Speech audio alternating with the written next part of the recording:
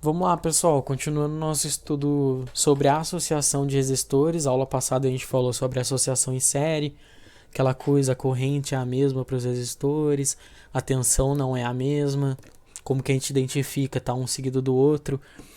Agora a gente vai falar sobre a associação em paralelo.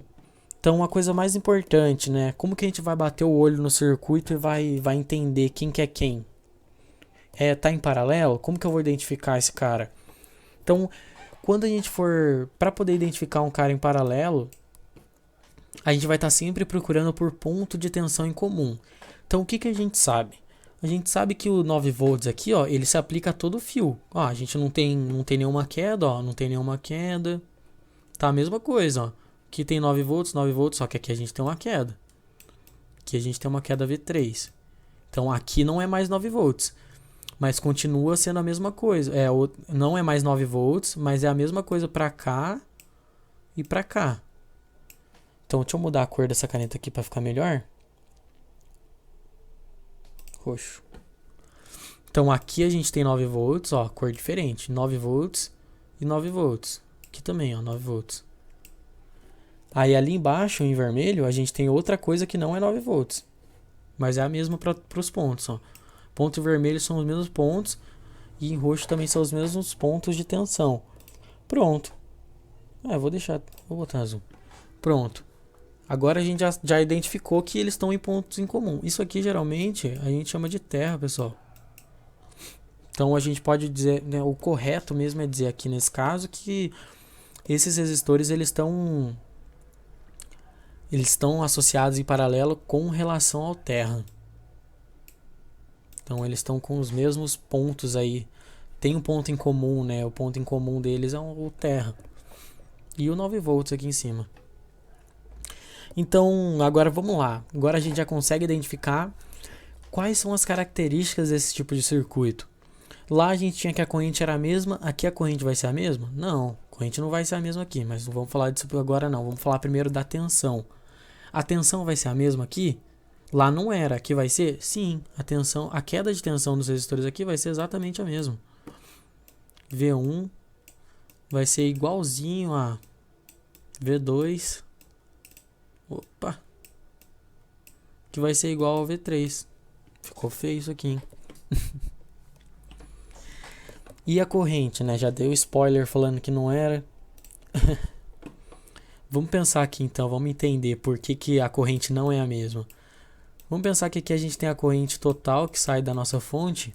Ela vem para percorrer o nosso circuito e aqui ela já não sabe para onde que ela vai. Se ela vai para baixo, se ela vai para frente. E o que acontece de fato? Ela se divide. Então aqui a gente tem um pouquinho da corrente, né? Aqui a gente vai ter um I1. Aqui vai continuar uma outra coisa, que vai ser um I2. Perceba, pessoal, quando eu coloco os numerais aqui embaixo, é para poder identificar, né? IT é diferente de 1, que é diferente de 2. Que se fosse igual, eu colocaria I1, I1, para poder diferenciar. E aqui o I2, de novo, ele vai se dividir. Que a gente vai ter um I3. E aqui vai continuar um... Ó, esse I4 ele vai continuar e vai ser ele que vai passar por aqui, ó. A gente vai ter um I4 aqui. Então percebam que a corrente que passa pelos resistores é completamente diferente. Só que aqui a corrente se soma, ó, no final das contas, depois a corrente vai se somar aqui e ela volta aqui para o nosso terminal negativo como IT. Então a gente já sabe identificar, já entende como as grandezas funcionam aqui. Agora vamos falar daquilo que a gente sempre fala, né, da nossa resistência equivalente. Como que a gente faz para calcular? É um pouquinho mais complicado, né? Envolve um pouquinho mais de algebrismo aqui, mas é bem tranquilo também, galera. Para a gente calcular o resistor equivalente, a gente vai usar essa fórmula aqui, ó, que é 1 sobre o resistor equivalente é igual a 1 sobre o R1 mais 1 sobre R2, tananã, quantos resistores a gente tiver. Só que isso aqui é generalizado para quando eu tenho vários resistores.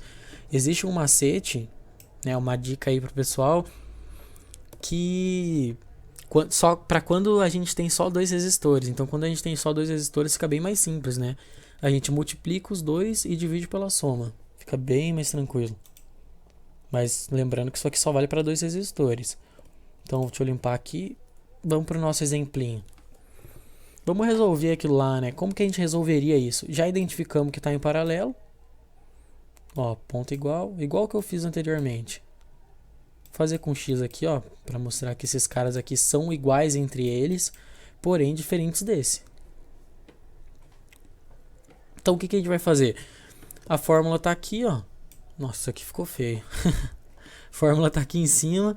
A gente vai só substituir os valores, ó.